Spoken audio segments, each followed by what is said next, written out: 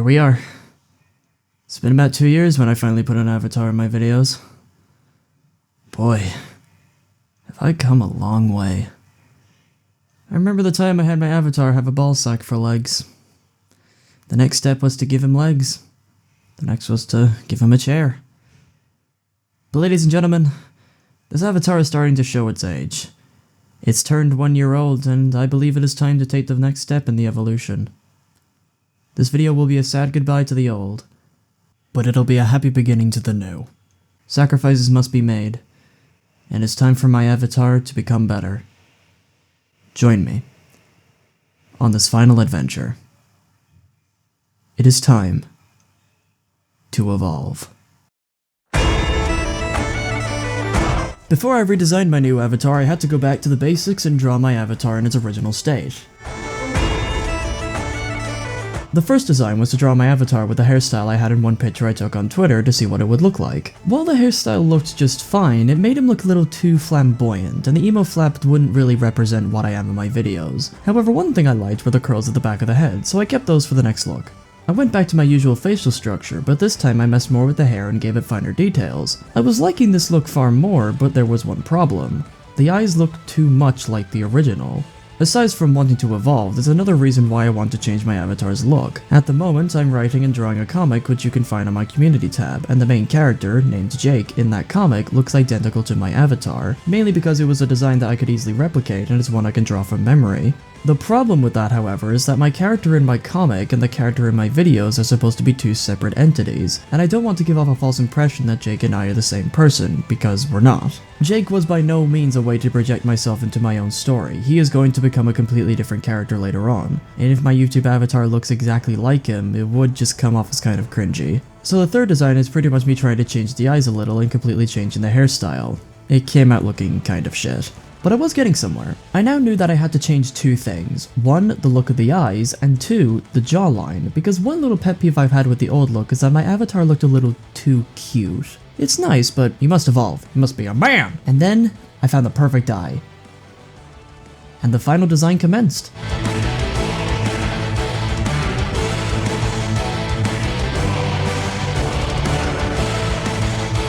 I messed up the hair a little more, I reconstructed the jawline to look a little more mature, and managed to put those signature back spikes to the final design as it just completes the head.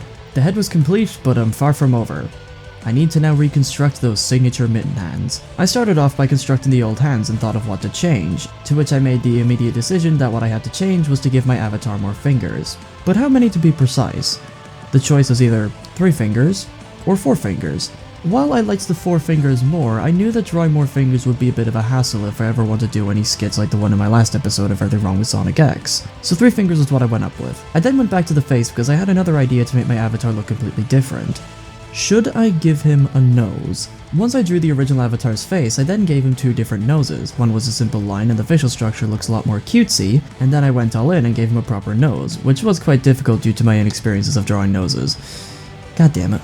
But I found one that worked and decided to go with the last look, because like I said before, I don't want my avatar to look cute. Screw that shiz boy. The final step was to change his clothing, and I already had a good idea of what clothes to give him. When I designed my avatar before, I gave him something that resembled something I like Kingdom Hearts, hence the jacket and the necklace. However, with more times comes different tastes, and one thing I really got into was the movie Azora's Wrath. I say film because pretty much everything is quick time events and I watched all the cutscenes, I haven't played the game. I'm sorry. So the first look was a bandana, a simple t-shirt, and those very sexy fire pants.